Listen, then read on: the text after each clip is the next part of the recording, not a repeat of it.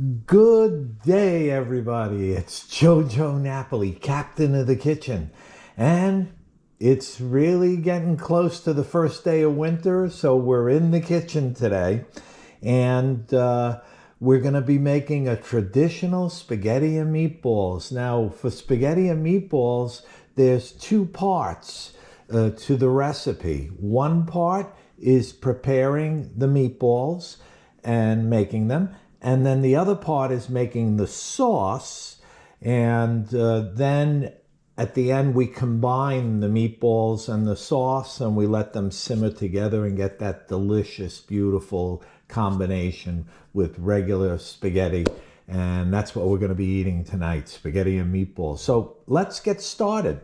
So you could see here that the ingredients are pretty simple. Again, we're going to have for the meatballs chopped meat. I got 2 pounds of what I call triple meat. So you got veal in there, you got pork, and you got beef, equal amounts of each.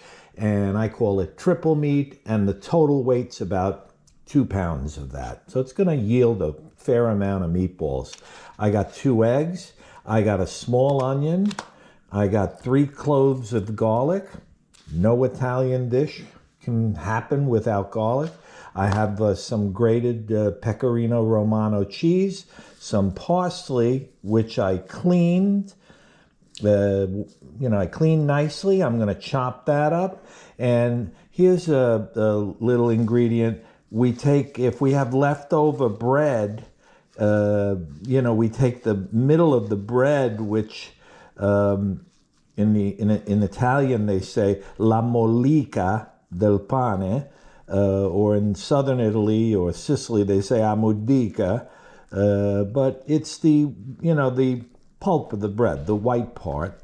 And so that yielded what I had. I had a piece of hero bread left over, yielded about a half a cup, and then I added in a half a cup of Italian style breadcrumbs. And that's what makes those meatballs soft, where they don't come out like golf balls.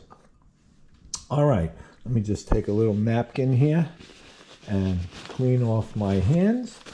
And I got my coffee.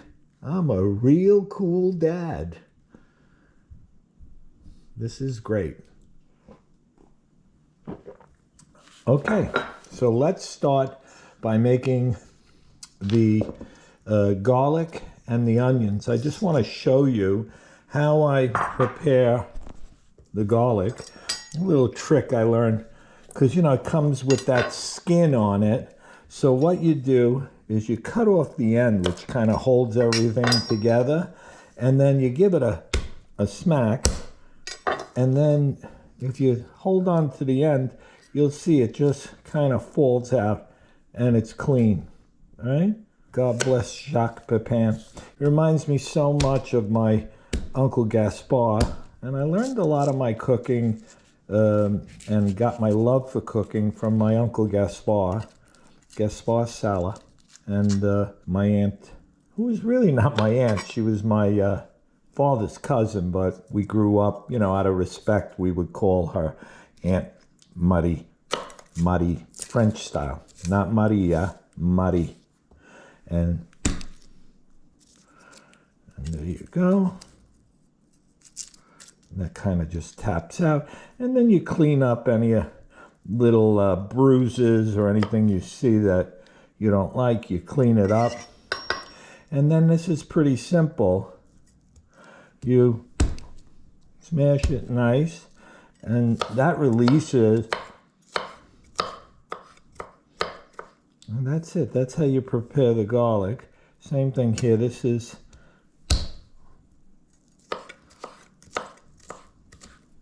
we don't want to make it into a paste. It's okay if you get a little piece of garlic in the sauce. That's fine. Adds to that.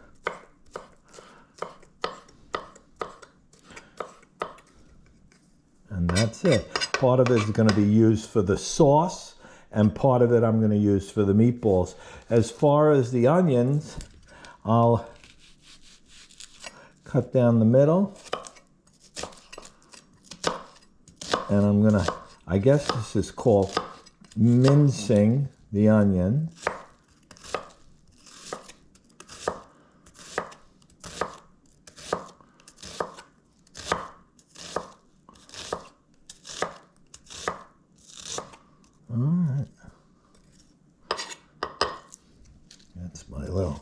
Oh, but same thing here. I pre-cleaned it. So it's kind of like, I guess they'll call it a medium onion. A lot of this disappears when you're making the sauce. All right. Get that guy out of there.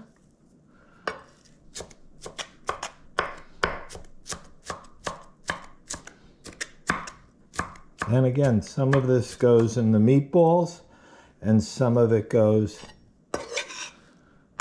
in the sauce. Same thing. So what we do is we take the parsley, which I cleaned. You gotta clean everything. All right, and then I dried it. So it's not like, boom. And you kind of bunch it together, and then you coarsely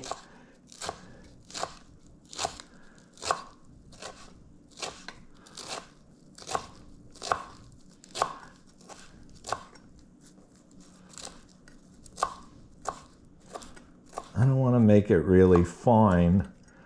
Again, you don't mind. I just want to show you the consistency. All right. So there you go. That's, and if there's a couple of leaves like that, that's fine. All right. And then we're going to just slide over. Let's take a sip. So those are my ingredients. Let me slide everything over like this. Yeah. Okay. So my hands are clean, nicely washed. I'll raise these up a little bit. So I'll start by adding, I put these in milk. I had just put a little half and half. So I'm gonna put that. That's about a cup and a quarter of the bread pulp, la molica del pane, 2 eggs. I put my Parmesan cheese in there. That really makes it flavorful. I'll put some parsley. You could always add, but let's put some parsley. I'll put about half of the garlic and about a third of the onion. Now, when my Uncle Gaspard used to make the meatballs, he would put a tiny, tiny dusting of nutmeg in there. So because I'm honoring my uncle, look how little. Because I don't want it, that's it. The nutmeg is very, very strong. Yeah, you could smell it. It's very strong. Okay, that's it. I mean, if that's a quarter of a teaspoon, it's a lot. Now we're gonna get our hands in there and we're gonna mix this up. Nice. You gotta get your hands in there and mix up all of these wonderful flavors. Now, when we get to the cooking part, the traditional way, which I'm gonna do today, is to fry the meatballs and then put them in the sauce. You know, fry them, get the oil off of them after they're done, you know, soak them or whatever you call that. And then when the sauce is ready, you dump them in the sauce. And what they do now, or what we do even, you know, because we're a little more health conscious, we try to cut down the fat and that kind of thing. I tell you, it does add a big difference. Okay, let me walk this down here so you could see it. But you see, now you don't want to squeeze the meat, because what happens is the consistency of the meatball gets grainy. And we don't want that. We want to kind of fold it and use our fingers. See how I'm using the fingers to go in there? And that's it. This is ready to make meatballs. And this is ready. Everything is nicely distributed. I judge whether it's ready or not by the distribution of the parsley, because you could see it. And if the parsley's distributed, see when I turn it over, you see parsley even on the bottom. You see it on the sides. So the parsley is all distributed. I remember you gotta be leave it a little rustic, a little rough. Don't make it too perfect, right? Even when we do the meatballs, we don't want perfect. It's not my style anyway, to make perfectly round 360-degree meatballs. No, they have to have little bumps in them, little things like that, all right? It's important that we make them kind of uniform in size, so that they cook at the same rate. So this is where I'll decide this. I like large meatballs. Now you see how they're kind of bumpy and, right? They're not perfect. And then that's my template. And then as I do the other ones, they got to be around the same size. And you could feel it in your hand when you go in there and you roll them up. You see there's little convolutions in there and things, right? This, I think, should yield about 25 meatballs. 24 meatballs or so. We'll see. There's 4. And I remember around the kitchen in the morning, to swing over to my mother in that tradition.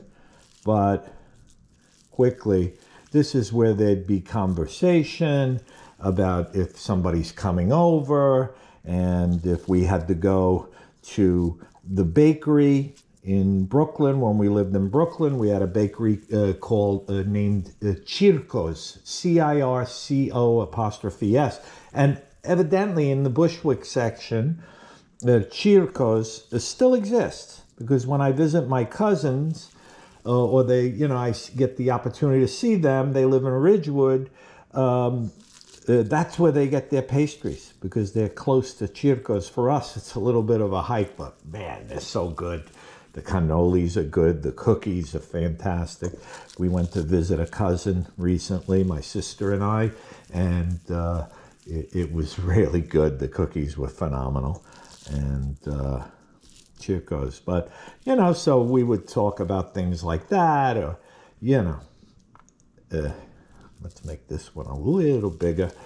And then she would fry. And then there was always a little stealing, a little pilferage that went on, because when before my mom used to put them in the sauce, they would, be on the wire rack, and then we'd go there, we being me and my brother, basically, and we'd take them, because they're good without the sauce, too. They're good, and we're going to try one without the sauce this morning. I think that's what's going to be my breakfast this morning, is 1 or 2 meatballs out of the sauce. But you see, this is going to yield more than 24. We'll figure that out, and then I'll know 2 pounds yields X, but we're already up to 16, maybe 24,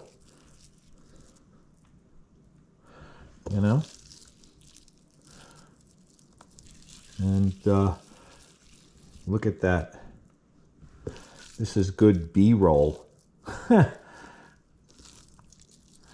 Yeah, I started this new channel. I separated, my love and my passion is, I'm artistic in nature. I have passion for music. I have passion for cooking, which allows me to express myself artistically as well. I have a passion for fishing and being on the water. It's in our heritage. Okay, we're gonna have one that's 4 8, 12, 16, 20, 22. Look at that. And we're going to make 2 little guys.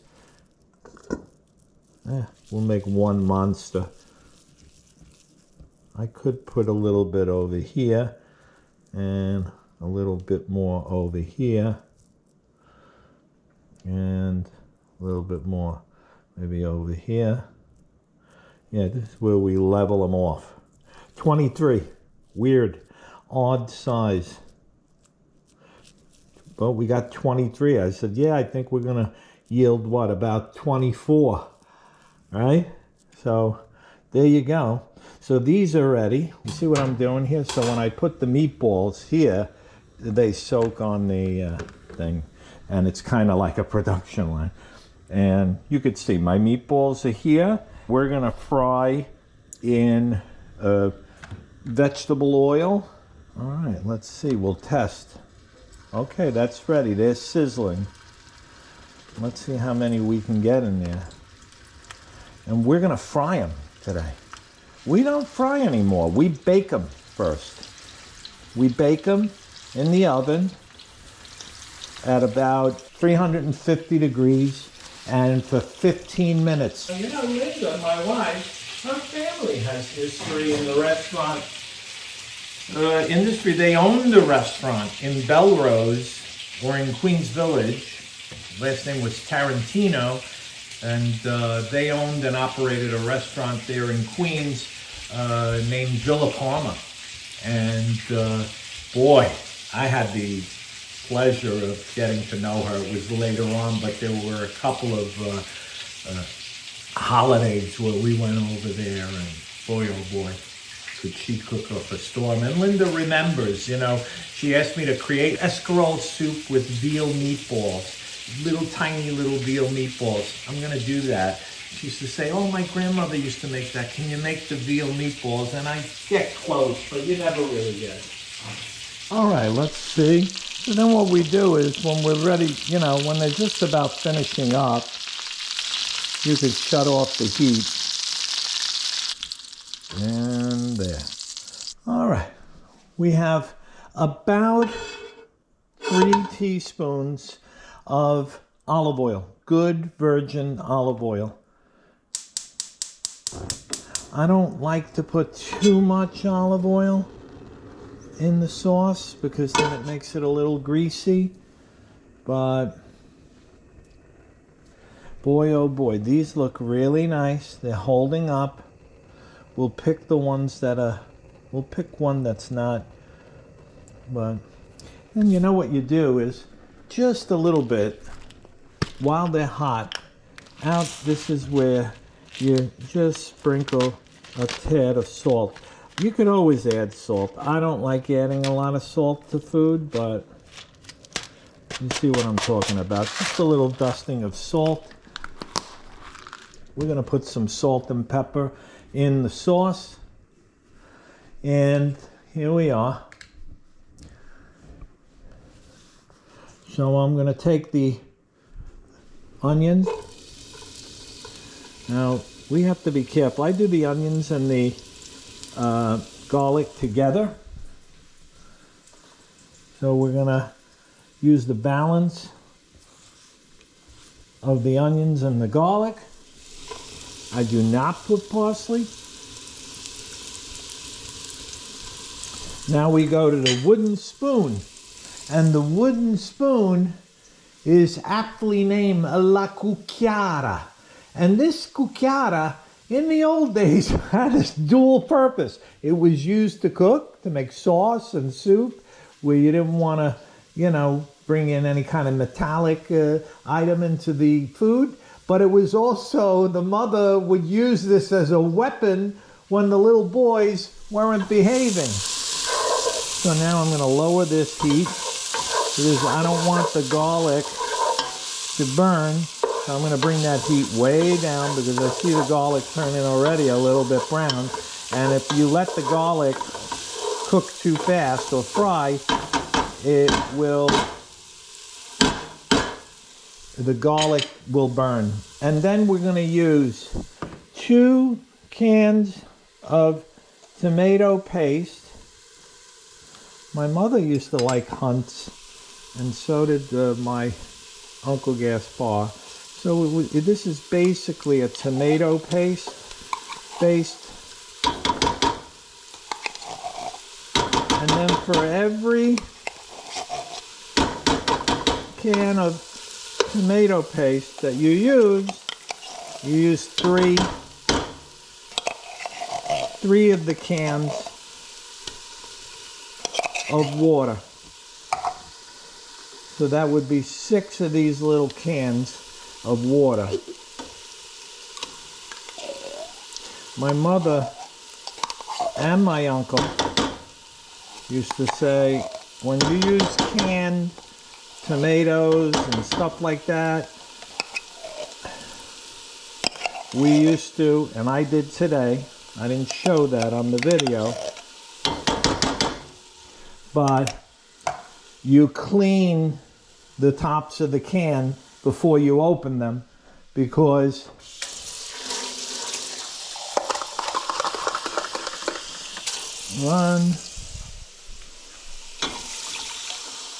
there you go, and then that stops the burning or the sizzling. 2. Now what I do is I reel back a little bit on the amount of water, just a bit, maybe a half a can less. And the reason is 3, because then it reduces less and the sauce doesn't have to reduce as much.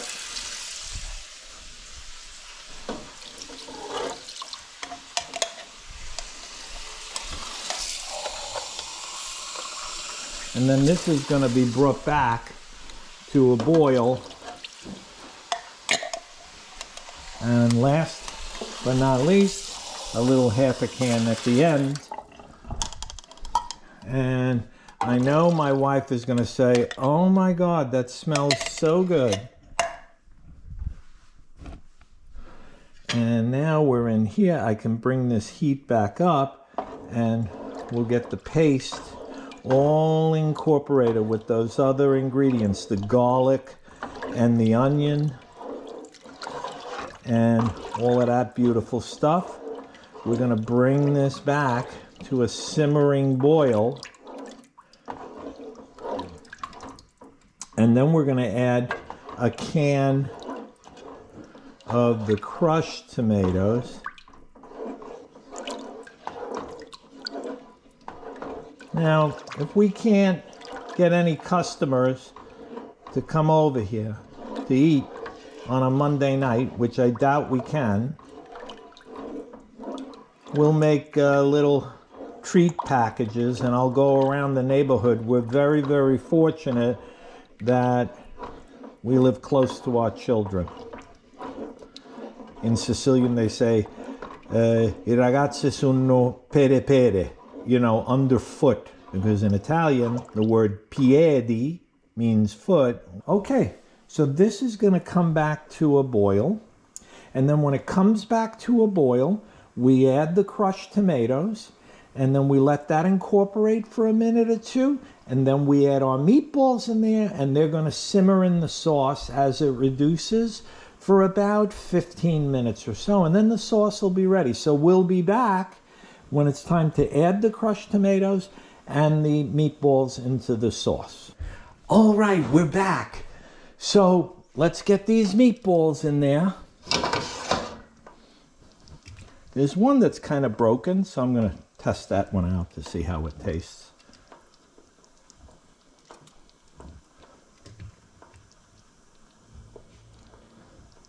Oh, that's it. So this can, ooh, we have a runaway meatball.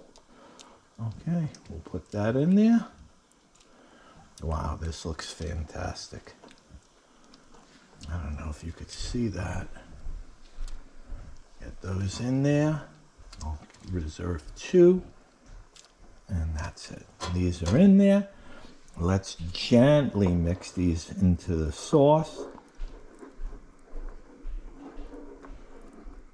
And then, because we don't want them to break up, and we end up with a bolognese. And we're going to put a little bit of salt, not too much.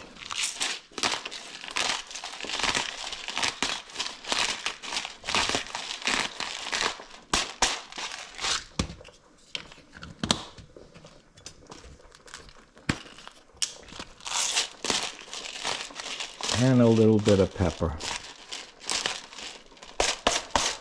Let's go 2 more sprigs of pepper. Let's mix that in. That's bubbling beautifully. And you gotta, oh, I wish you could smell it, but you can't. All right, so this will simmer. I'm gonna lower the heat even more. Get those meatballs submerged. Let's lower this down more. Let's give it a taste. Let's see what we're dealing. Oh, those are beautiful. I don't know if you could see that, but there it goes. Beautiful. You could see the little bits of onion and garlic and some parsley. Let's try it.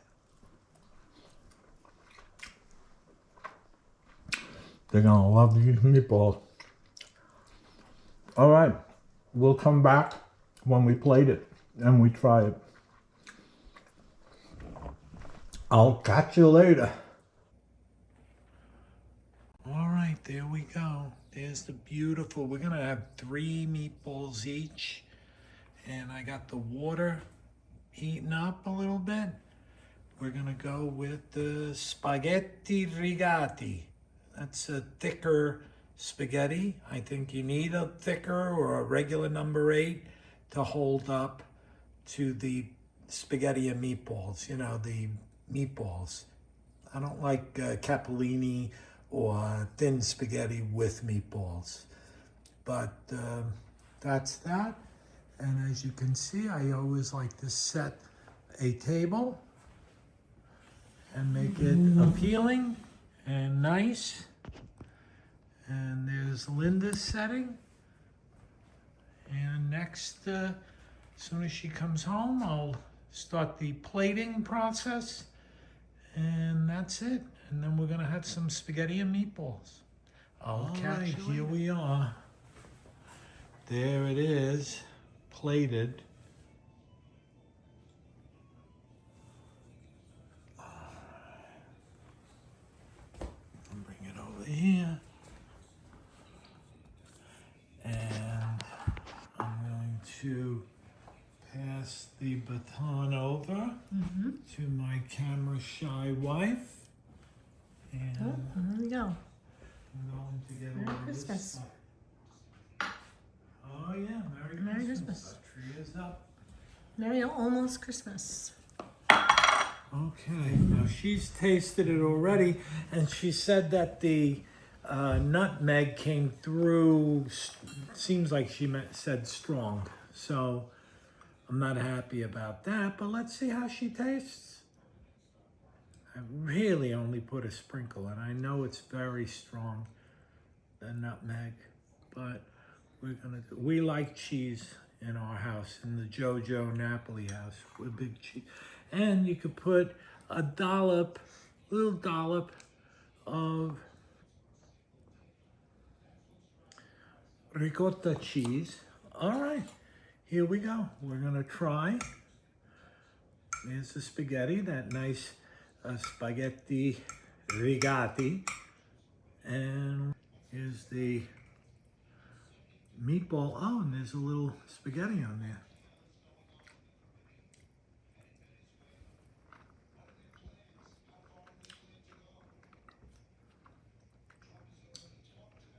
Wow, another great meal prepared by JoJo Napoli. And we're in the kitchen today. And you know, if there's anything video worthy, now or in the future, I'll cook for you later.